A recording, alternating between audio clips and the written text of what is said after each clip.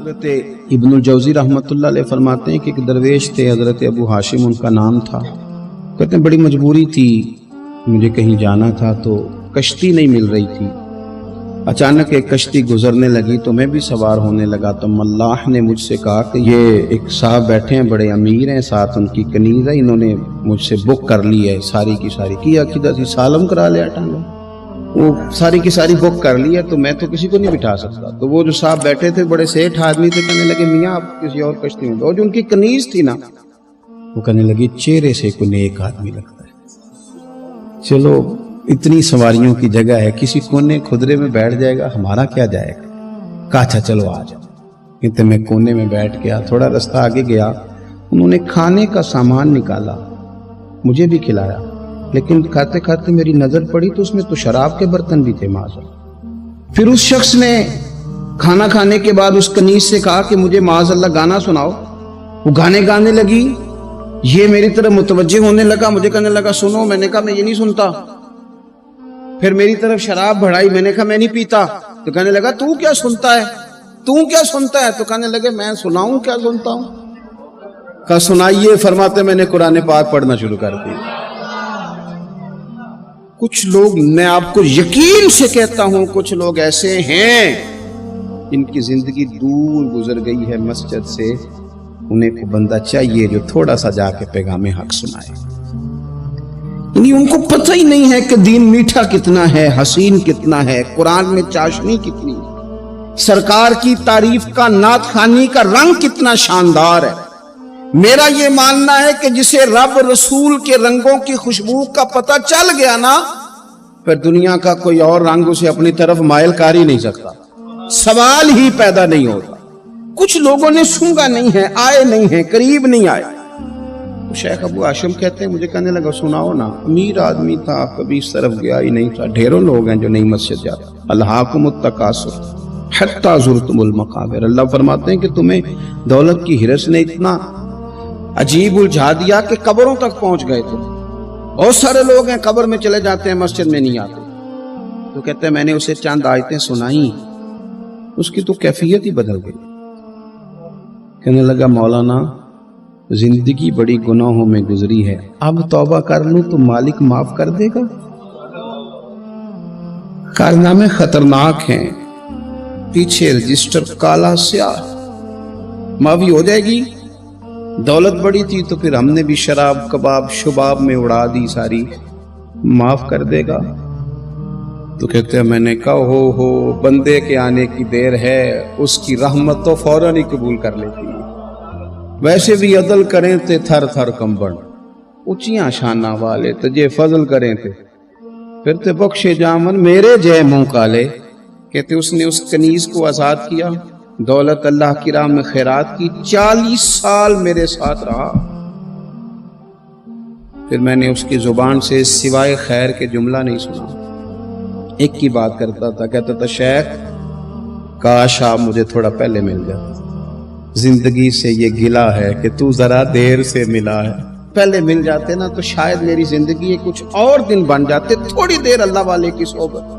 آپ فرماتے ہیں پھر وہ 40 سال کے بعد میرے سامنے انتقال ہوا، میں نے ہی دفن کیا، میں نے ہی قبر میں اتارا، جنازے کا اہتمام بھی میں نے ہی کیا۔ میرا یار تھا، دل لگ گیا تھا، پیار ہو گیا تھا، میں پریشان رہتا۔ ایک دن خواب میں مل کے مجھے کہنے لگا فکر نہ کر، میں نے اپنے رب کو بڑا ہی مہربان پایا ہے، میں نے اسے بڑا کریم پایا ہے، معاف کرنے والا پایا ہے، درگزر کرنے والا پایا ہے، اس نے فضل فرما دیا، میرے گناہوں پر اس کے عفو و درگزر کا قلم چل گیا ہے، اور میرے حق میں جو فیصلہ آیا ہے وہ رحمت والا ہی آیا ہے۔ جو لوگ کہتے ہیں نا میرا دل نہیں بدلتا، جو لوگ کہتے ہیں میری کیفیت نہیں بدلتی، ذوق نہیں آتا، تو یہ حدیث بتاتی ہے کہ ذوق بھی کوئی خاص صحبت میسر آئے تو پھر ہی قائم رہتا ہے۔ وہ جو محبوب علیہ السلام نے فرمایا نا کہ اللہ کا بندہ وہ ہے جسے دیکھو تو رب یاد آ جائے۔ خاص لوگ ہوتے ہیں جن کی صحبت میں بیٹھنے سے انسان کا دل اللہ سے جڑتا ہے، رسول اللہ صلی اللہ علیہ وسلم سے جڑتا ہے، دین پر عمل کرنے کو طبیعت چاہتی۔ ایسے لوگوں کی صحبت کتنی مفید ہے وہ ہمیں اس حدیث سے عکس کرنا ہے۔ حضرت حنظلہ رضی اللہ تعالیٰ عنہ اور مرکز وفا اور اس امت کے ادب اور عشق میں استاد حضرت ابو بکر صدیق رضی اللہ تعالیٰ عنہ، یہ دونوں حضور کی بارگاہ میں گئے، انداز کا اختیار کیا، کہنے لگے یا رسول اللہ صلی اللہ علیہ وسلم، ہمارے دل کی تو کیفیات دو قسم کی ہیں۔ حضور جب ہم آپ کے پاس ہوتے ہیں نا، جنت اور دوزخ کا ذکر سنتے ہیں، ہمیں یوں لگتا ہے جنت اور دوزخ ہماری آنکھوں کے سامنے، دل کے اندر فوراً جذبات ابھر آتے ہیں کہ اب ہر خیر کا کام کرنا، اب جنت ہی کی طرف مائل ہونا ہے۔ ہماری قلبی کیفیات، ہماری باطنی کیفیت بدل جاتی، نور علی نور ہو جاتا ہے سارا کچھ۔ لیکن حضور جب ہم آپ کی بارگاہ سے اٹھ کے گھر جاتے ہیں، بال بچوں کے پاس جاتے ہیں، تو پھر وہ حال نہیں رہتا۔ یا رسول اللہ صلی اللہ علیہ وسلم یہ کیا ہے؟ تو محبوب نے کیا فرمایا؟ آپ یقین کریں جو اہل طریقت اور تصوف ہے نا، یہاں ان کی روحیں مچل جاتی ہیں۔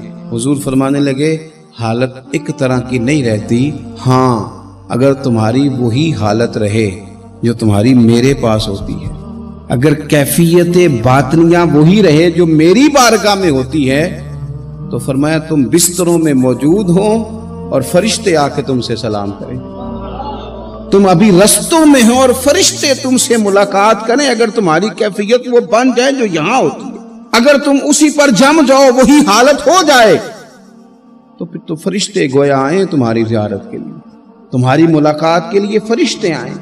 اگر کیفیات بدل جائیں کسی اللہ کے بندے کی بارگاہ میں بیٹھ کر، تو پھر اس کیفیت کو برقرار رکھنے کی کوشش کی جائے، اگرچہ حضور نے فرما دیا کہ کیفیات ایک جیسی نہیں رہتی۔ اور چلو میرے بھائی تھوڑی دیر کے لیے ہی صحیح، جتنی صحبت میسر آئے، شاید اسی لیے امام اعظم ابو حنیفہ رحمۃ اللہ علیہ کی عمر 60 سال سے زیادہ تھی، تو کسی نے پوچھا حضور کتنی عمر ہے؟ فرمایا عمر ہے 3 سال۔ حضرت آپ تو علم، عمل، روحانیت، معرفت کے شاہ سوار ہیں، تو ساری داڑھی سفید اور آپ کہہ رہے ہیں 3 سال۔ فرمانے لگے عمر وہی 3 سال ہے جو امام جعفر صادق کی خدمت میں گزر گئی۔ وہ کیفیات جو ان کی بارگاہ میں رہتی تھیں، وہ انداز جو ان کی بارگاہ میں رہتا تھا، جو ان کے پاس ہوتا تھا، وہ پھر کہیں اور میسر ہر مشکل دی کنجی یارو ہاتھ مرداں دے آئی۔ اور مرد نظر کرے جس ویلے، اوئے ہوئے، مرد نظر کرے جس ویلے، مرد نظر کرے جس ویلے، پھر مشکل رہے نہ کائی۔ وہ جو کیفیات ہے نا اس وقت کی، ان کو رب کا بندہ ملے اور انسان اس کی صحبت میں بیٹھ کے اپنے رب کو یاد کرے، رسول کریم کی محبت میں مچلے، تو پھر وہ لمحے اتنے قیمتی ہیں کہ وہ زندگی سنوارنے کے لیے کافی ہو سکتے ہیں۔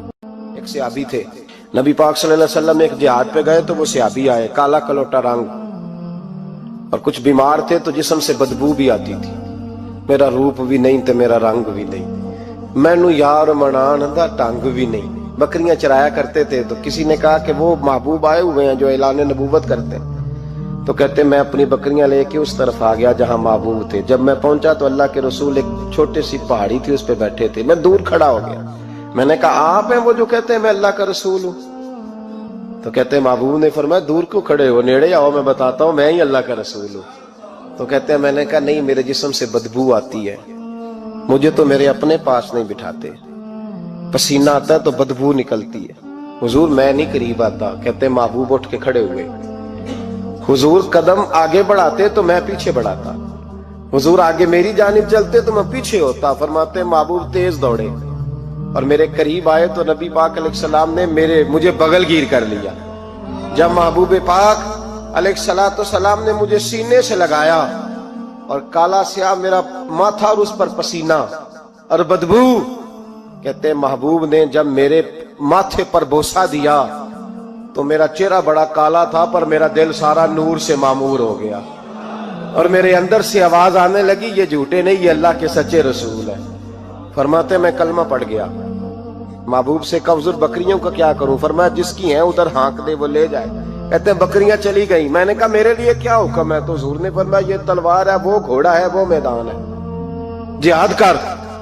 کوئی وضو نہیں، کوئی غسل نہیں، کوئی نماز نہیں، کوئی سجدہ نہیں، تلوار لی، میدان میں نکلے، جہاد شروع ہوا، چند منٹ گزرے کہ شہید ہو گئے۔ صحابہ کہتے ہیں اللہ کے رسول ان کے سرانے کھڑے ہوئے، حضور کی آنکھوں میں آنسو، فرمانے لگے یہ بندہ دیکھو، اس نے عمل تھوڑا کیا ہے پر اجر زیادہ لے گیا ہے، عمل تھوڑا کیا پر اجر۔ پر میں ابھی کلمہ پڑھا، ابھی شہید ہوا ہے اور حوریں ساری جنت کے دروازے کھول کے کھڑی ہیں، جیسے روح جائے گی اللہ فوراً ہی جنت عطا فرما دے گا، اس کی قبر بقائے نور بن جائے گی۔ ایک شاعر تھا تو وہ کہتا ہے میرے گاؤں میں میلہ لگا ہوا تھا، کہتے ہیں میلہ لگا ہوا تھا تو ہر چیز بک رہی تھی، میرا بھی کچھ خریدنے کو دل چاہا تو میں ڈھونڈنے لگا، میں گلی گلی آواز، میلے میں آواز دینے لگا، میں نے کہا لوگوں مجھے کھلونے نہیں چاہیے، مجھے کوئی ایک مخلص بندہ چاہیے، میں غریب ماں کا بیٹا ہوں، بکارن کا بیٹا ہوں، تو مجھے نہ بس کوئی ایک بندہ مخلص مل جائے، ایک مخلص مل جائے۔ تو وہ شاعر کہتے ہیں اس سال میرے گاؤں کے میلے کی بھیڑ میں، اس سال میرے گاؤں کے میلے کی بھیڑ میں جو گم ہوا وہ ایک بھکارن کا لال تھا، اس فقیر کو تلاش تھی متاع خلوص کی، اور مخلوق چپ رہی کہ یہ مشکل سوال تھا، مخلوق چپ رہی کہ یہ، اور بھکارن کا لال کہتا تھا ایک مل جائے مخلص۔